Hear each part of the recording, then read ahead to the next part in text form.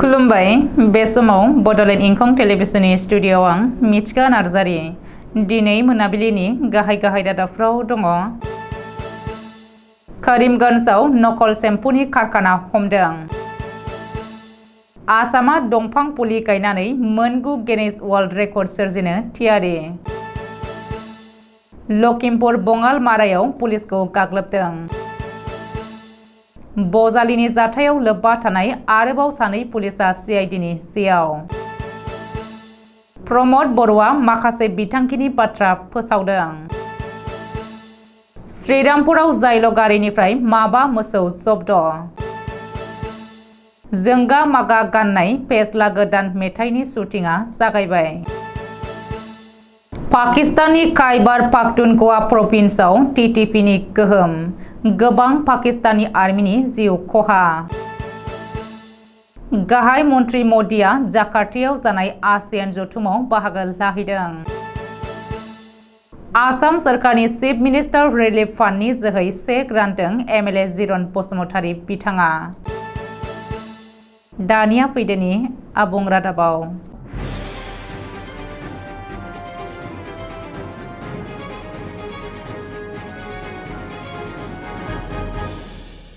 सांग्रां जा, रायजोनि बाजाराव खना खनला नकल सेम्पुनि फालांगि। खम बेसेननि एबा बयजोंबो मिथिजानाय ब्रेन्डनि बाथ्रा नङा। बाजाराव गुबुन गुबुन कम्पानिनि आरो गासैबो रोखोमनि नकल सेम्पुआ गोसारदों। बेनिखायनो सेम्पु बायनायनि सिगां मोजाङै नोजोर हो। सेम्पु बायनायनि सिगां दिहुननायनि जायगा, मायथाइ, अक्ट' आरो सानखौ मोजाङै नाय। नङाब्ला नोंथाङा नोंथांनि मोजां मोननाय ब्रेन्ड आरो बेसेनगोसा सेम्पुनि बथल सिङाव नकल सेम्पु मोननो हागौ आरो नोंथांनि खहा लाबोनो हागौ। बे बाथ्राया जों साजायनानै बुंनाय बाथ्रा नङा। करीमगन्ज जिल्लानि मुबारकपुराव द्रामै द्राम रासायनिक आरो गुबुन गुबुन ब्रेन्डनि 960 बथल नकल सेम्पुजों लोगोसे गुबुन रायजोनि सासे सुबुंखौ हमनो हानायनि उनावनो आसामनि बाजाराव नकल सेम्पुनि गोसोम फालांगि सोलिगासिनो थानाया सोराङाव फैदों। सासे सांग्रां ग्राहकनि थाखाय पुलिस बिफाना संदाननानै नकल सेम्पुनि फालांगि खालामग्रा आसलाम खान मुंनि सासे दिल्लीनि फालांगिरिखौ हमनो हादों। आसलाम खाना करीमगन्ज नोगोरनि मुबारकपुरनि गंसे भारा न'आव नकल सेम्पुनि कारखाना सालायदोंमोन। पुलिसा फोरमायथिनाय बायदिब्ला आसलाम खाननि कारखानायाव गुबुन गुबुन पपुलार ब्रेन्डनि सेम्पु बथल, द्रामै द्राम पाउडार, रासायनिक मुवाजों लोगोसे सेम्पुनि कम्बिनेशनखौ जब्द खालामनो हादों। आसलामनि भारा न'नि ड्रयिं रुम, बेडरुम आरो इसिङावबो नकल सेम्पु थियारि खालामग्रा मुवा बेसादफोरखौ मोननो हादों। बबेखानि बे जाथायनि बागै बांसिनै मिथिनो थाखाय पुलिसा आसलाम खानखौ जेरा खालामनानै नायबिजिरनो जागायदों होननानैबो सुलुङाव फोरमायदों। आसामा मोनगु वर्ल्ड रेकर्ड सोरजिनो थियारि। फैगौ 9 सेप्तेम्बरनिफ्राय 19 सेप्तेम्बरसिम रायजोआव अमृत बृक्ष आन्दोलननि हाबाफारि जागायगोन।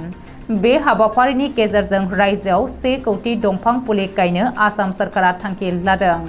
मख'नो गोनांदि दंफां गायनाय हाबाफारिनि गेजेरजोंनो आसामा मोनगु वर्ल्ड रेकर्ड खालामगोन होननानै गिबि मन्त्रि डक्टर हिमन्त बिश्व शर्माया बुधबारखालि खौरांगिरि मेल खुंनानै बुंदों।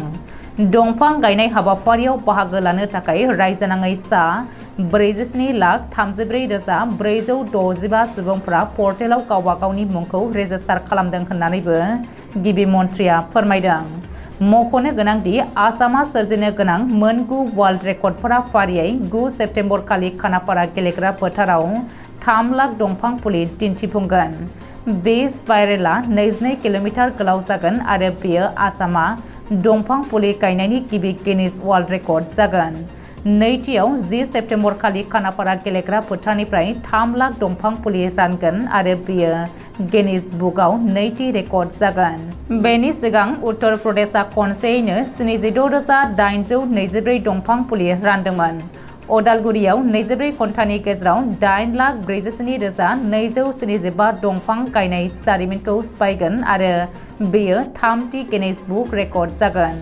15 सेप्तेम्बर खालि 1 घन्टानि गेजेराव डिब्रुगड़आव बांसिन दंफां फुलि गायनानै आसामा 4थि वर्ल्ड रेकर्ड सोरजिगोन। 16 सेप्तेम्बर खालि 21,825 स्कुवेर मिटार जायगायाव बांसिन दंफां फुलि गायनानै 5थि वर्ल्ड रेकर्ड सोरजिगोन। 17 सेप्टेम्बर खालि 50,000 सुबुंफोरा खौसे दंफां फुलि गायनानै 60 Guinness book of world record सोरजिगोन। दंफां गायनायनि फट' एलबामनि थाखाय 2थि वर्ल्ड रेकर्ड सोरजिगोन। दंफां फुलि गायनो थांखि लानायाव 80 गिनिस रेकर्ड सोरजिगोन। लार्जेस्ट एनवायरनमेन्टेल कनजारभेशन लेन्ड्सनि थाखाय आसामा गिनिस बुकआव 9थि वर्ल्ड रेकर्ड सोरजिगोन। मख'नो गोनांदि दंफां फुलि गायनाया आबुङै बेसेन होनाङि जागोन। जायफोर सुबुङा पर्टेलाव रेजिस्ट्रेशन खालामदों बिसोरो गावबा गावनि न'आवनो दंफां फुलि गायनो हागोन आरो फिसाजोनि जुलियाव बे दंफांखौ दाननो हागोन। सोरखारनि फारसेनिफ्राय गाहायै अगर, सेगुन, गुफुर चन्दन बायदि दंफां फुलिफोरखौ राननानै होगोन। दंफां फुलिजों लोगोसे गायनाय आरो बेखौ जोथोन लानायनि थाखाय 100 रां होगोन। जुदि बै दंफां फुलिया 3 बोसोरसिम थांनानै थायोब्ला 200 रां मोनबावगोन। फैगौ बोसोरावबो रायजोआव 3 कौटि दंफां फुलि गायगोन होननानै गिबि मन्थ्रि डक्टर हिमन्त बिश्व शर्माया खौरांगिरि मेलाव बुंदों। लखिमपुराव पुलिस बिफाननि सायाव दुथांफोरा गाग्लोबनाय जाथाया सोराङाव फैदों। आसाम नाङैनो नकल सना आरो नकल रांनि फालांगिरिनि साम्रायजो महरै मिथिजानाय बङालमारायाव जादों बे जाथाया। मिथिनो हानाय बायदिब्ला पुलिस बिफाननि मोनसे टीमा लखिमपुर जिल्लानि बङालमारा 2 नं आहमेदपुराव ड्राग्स फालांगिरिनि हेंथायै अपारेशन खालामनो थांनानै दुथांफोरनि गाग्लोबनायाव मोगा-मोगि जानांदों।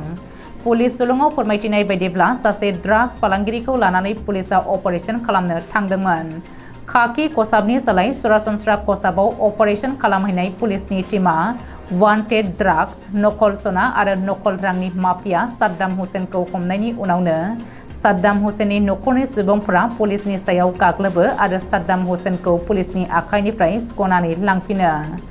दुथांफोरनि गाग्लोबनायाव पुलिस जवानफोराबो जोखोम जायो। बे एना-एनियाव साद्दाम हुसैननि गोरबोआव गोनां बिसि बाहिदा बेगमाबो गोब्राब जोखोम जायो होननानै मिथिनो हादों। बे जाथायनि उनाव एसपि आनन्द मिश्रनि दैदेननायाव लखिमपुर पुलिसआ साद्दाम हुसैन आरो दुथांफोरखौ नागिरनानै दिनै फुङाव फिन अपारेशन खालामो। बे अपारेशनाव 50निबो बांसिन दुथांफोरखौ पुलिसआ हमनो हायो। बबेखानि पुलिसनि सायाव गाग्लोबनानै हमजानाय बांसिन सुबुंफोरखौ बङालमारा, बिहपुरिया, धलपुर, नावबैसा आरो लालुक थानायाव आलादा आलादा लाखिनानै नायबिजिरनो लादों होननानै सुलुङाव फोरमायदों। बजालि पुलिसआ फालांगिरिनिफ्राय रां दाबिनाय जाथायनि सायाव सिआइडिनि नायबिजिरनाया सोलिगासिनो दङ। बजालिनि बे जाथायखौ लोब्बा लानानै सिआइडिआ आरोबाव 2 पुलिसखौ एरेस्ट खालामदों होननानै मिथिनो हादों। रिपर्ट बायदिब्ला सिआइडिआ बावैसो पाठशाला पुलिस थानानि एलसी आनन्द मालाकार आरो भबानिपुर पुलिस आउटपस्टनि एलसी सानवार हुसैन आहमेदखौ एरेस्ट खालामदों। मख'नो गोनांदि पुलिसनि खाखि खसाबाव दागो फुननानै बजालिनि एसपि, एएसपि आरो डीएसपीजों लोगोसे गुबुन गुबुन थानानि माखासे पुलिसफोरा सुपारि फालांगिरि रबिउल इस्लामनिफ्राय रां दाबि खालामदोंमोन। रबिउलआ अजद होनाय बायदिब्ला डीएसपी पुष्कल गगैआ 5 कौटि रां दाबि खालामदोंमोन आरो रांखौ होआब्ला इनकाउन्टार खालामगोन होननानैबो हुमखि होदोंमोन। बजालि पुलिसआ गोख्रों हुमखि होनायाव डीएसपी पुष्कल गगैनो नोगोद 10 लाख रां आरो 2 कौटि रांनि चेक हरनो गोनां जादों होननानैबो रबिउल इस्लामआ फोरमायदों। ओरैहाय रबिउलनि अजद होनायनि उनावनो सिआइडिआ केस रेजिस्टार खालामनानै बे जाथायनि सायाव नायबिजिरनो जागायो आरो एसपि, बारग' एएसपि आरो डीएसपीजों लोगोसे बजालिनि गोबांसा काराप्टेड पुलिस अफिसारफोरखौ हमनो हायो। रौतानि थागिरि रायजो राजाफोरनि थाखाय मोजां खौरां। बिटिआरनि गाहाय प्रमद बर'आ रौतानि रायजो राजाफोरनि थाखाय माखासे बिथांखिफोरनि बाथ्रा फोसावदों। रौतायाव खुंनाय मोनसे दोलोआरि मेलाव बाहागो लानानै बिटिआरनि गाहाय प्रमद बर'आ माखासे बिथांखिफोर लानायखौ फोरमायथिदों। प्रमद बर'आ फोसावनाय बायदिब्ला उदालगुरि जिल्लानि रौतायाव थाबैनो जागायनो थांगासिनो अर्गेनिक इउनिभार्सिटिनि केम्पास। 5 कौटि रां बाजेटजों मोनसे स्टेडियाम बानायगोन। बबेखानि रौतायाव गंसे गोजौ मानदान्दानि सिनेमा हल, रौतायाव गोग्लैसोनानै थानाय कल्ड स्टरेजखौ फुड पार्कआव सोलायनाय जागोन होननानै प्रमद बर'आ फोसावदों। बेनि अनगायैबो बिटिआर सरकारा रौतायाव साहित्य सभा, समाजारि आफाद आरो फसंथानफोरनि भवन मावख' लुनानै होनायनि बिथांखि लादों होननानै प्रमद बर'आ फोरमायदों। गसाइगाव महकुमानि बेन्दोंआव थानाय श्रीरामपुराव माबा सुरां मोसौ जब्द गंसे बेसेन गोसा गारिजों स्माग्लिं खालामनानै स्रोदै लाबोखुमानाय माबा मोसौखौ पुलिसा जब्द खालामनो हादों। बेनि बागै सुलुङाव फोरमायथिनाय बायदिब्ला स्रोद सुलुङाव खौरां मोननायनि उनावनो गसाइगाव महकुमानि एसडिपिअ हेरेन कुमार टेकानि दैदेननायाव दिनै फुङाव सिग्रोमनानै पुलिसा AA01 BG 4760 नम्बरनि गंसे जायल' गारिनिफ्राय माबा मोसौ जब्द खालामनो हादों। दिनै फुंनि 6:30 रिंगासोआव गसाइगाव पुलिसा बे अपारेशनखौ खालामदोंमोन। बेजों लोगोसे मोसौ स्माग्लिं खालामग्रा सानै सुबुंखौबो पुलिसा हमनो हादों होननानै सुलुङाव फोरमायदों। बबेखानि जायल' गारिजों मोसौ स्माग्लिं खालामनानै श्रीरामपुराव हमजानाय सानै सुरां मोसौ फालांगिरिखौ धुबुरी जिल्लानि आशराफ आली आरो साइदुल इस्लाम होननानै सिनायथिनो हादों। पुलिसा बै सानै सुरां मोसौ फालांगिरिखौ जिम्मायाव लानानै नायबिजिरनो जागायबाय होननानैबो सुलुङाव फोरमायदों। टमी नार्जारी आरो दशरथ बर'नि जोंगा मागा गाननाय दोंसे गोदान फेस्ला मेथाइनि भिडिअ फैगासिनो। दि UK प्रडाक्शन प्रजेक्टनिफ्राय ओंखारनो गोनां जोंगा मागा गाननाय फेस्ला गोदान मेथाइनि शुटिंखौ जाखांफुनाय मेथाइ खनगिरि देरहासात नार्जारीनि नखराव फुंबिलिनि समाव इसोरखौ साखि दोननानै आरो बावथाय बावनानै सिबिनायनि गेजेरजों शुटिंखौ बेखेवजेनो। बे शुटिंखौ बेखेवनानै होयो तामुलपुर जौसिन फरायसालिनि फोरोंगिरि एबा मुंदांखा मेथाइ लिरगिरि परेश बर'आ। थारैनो बे जोंगा मागा गाननाय फेस्ला गोदान मेथाइखौ परेश बर'आनो सुजुदों। परेश बर'आ सुजुनानै सुर होनायनि गेजेरजों अमर बर'नि मिउजिक होनायाव देरहासात नार्जारी आरो सिमी बसुमतारीया बे मेथाइखौ खनदों। मख'नो गोनांदि जोंगा मागा गाननाय मेथाइनि शुटिंआ अनेश बर'नि दिथा आरो करिय'ग्राफ होनाय आरो राहुल बर'नि केमेरा खेबनायाव गाहायै फाव दिन्थिदों टमी नार्जारी, दशरथ बर', जयसिं बसुमतारी आरो अनसुलि नार्जारीया। बबेखानि जोंगा मागा गाननाय फेस्ला मिउजिक भिडिअखौ देरहासात नार्जारी इउटुब चेनेलाव साननैनि गेजेरावनो नुनो मोनगोन। पाकिस्ताननि खाइबार पाख्तुनख्वा प्रभिन्सनि चित्राल जिल्लायाव तेहरिक-इ-तालिबान पाकिस्तान एबा TTP तिउरिया हानजाया गोबां ओनसोलखौनो पाकिस्ताननि आर्मिखौ बुथारखांनानै गावसोरनि आवथायाव आवग्रिनानै लादों। बैफोर ओनसोलनि गासैबो धोन सम्पथिफोरा पाकिस्तान सोरखारनि नंलिया आरो बेखौ आथिखालाव TTP हानजायानो बेंसिगोन होननानै TTPनि बुंथिगिरि महम्मद खुरासानिया खौरांगिरिनि सिगाङाव फोरमायथिहरदों जानबुंनि जोहै। मानो होनोब्ला आथिखालाव पाकिस्तान सोरखारा खाइबार पाख्तुनख्वा प्रभिन्सआव इन्टारनेट सिबिथायखौ बन्द खालामथ'दों। बेनिखायनो आबुङै खौरांफोरखौ हरनो हानाय जायाखै। नाथाय बे बाथ्राया सैथोदि खाइबार पाख्तुनख्वा प्रभिन्सनि चित्राल जिल्लानि गोबां गामिफोरा आथिखालाव TTPनि आखायावनो दङसै। ओजोंहाय पाकिस्तान सोरखारनि रैखाथि आरो नखर बिफाना बे खौरांखौ नंखाय होननानै खौरांगिरिनि सिगाङाव फोरमायथिदों। इन्ड'नेसियानि जाकार्तायाव साननैनि हाबाफारिजों खुंजानाय आसियान जथुमाव भारतनि गाहाय मन्त्रि नरेन्द्र मदिआ बाहागो लाहैदों। बे साननैनि हाबाफारि बायदियै सिगाङाव सानजा एसिया जथुम आरो बेनि उनाव नैथियाव आसियान इन्डिया जथुम मोन्नैबो जथुमाव बाहागो लादों गाहाय मन्त्रि मदिआ। जथुमाव बाहागो लानानै गाहाय मन्त्रि मदिआ बुंदोंदि आथिखालाव बे मुगाया एसियानि मुगा आरो जोंनि मुगा। बेनिखायनो एसिया पेसिफिक हादरनि बयबो खौसेयै जौगानायनि खामानिखौ मावलांनांगौ आरो बेनि थाखाय खौसेथिनि गोनांथि दङ।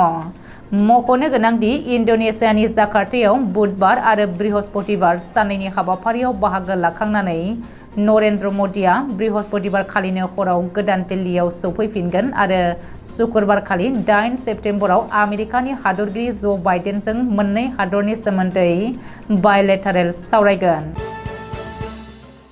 गसाइगाव महकुमानि सिङाव थानाय खासियाबारि जमदुवार ब्लक UPPLनि गाहाय मावख'आव दिनै आसाम सोरखारनि चिफ मिनिस्टार रिलिफ फान्डनि जोहै गोबां बेमार आजारजों भुगिनो गोनां जानांनाय सुबुंफोरनो अनसुंथाइ हिसाबै चेक राननानै होदों आरो मोजां सोलोंथाइ लानायाव एसेबाबो सुंथानो एबा हेफाजाब होनो हानाय बायदियै फरायसाफोरनोबो BTR सोरखारनि गियान सोरां बिथांखिनि जोहै चेक राननानै होदों MLA जिरन बसुमतारी बिथाङा। गासै 28 नं गसाइगाव LACआव 600निबो गोबां सुबुंफोरनो चेक राननानै होनाय जागोन होननानै बुंथियो बिथाङा। बेनिनो दिनै गिबि सान हिसाबै जमदुवार ब्लकनि सिङाव थानाय गासै मुं फारिलाइ थानाय सुबुंफोरनो चेक राननानै होग्रोनाय जायो एमएलए जिरन बसुमतारिया। दिनै मोनाबिलिनि रादाबा एसेनोसै। गोजोन्थों।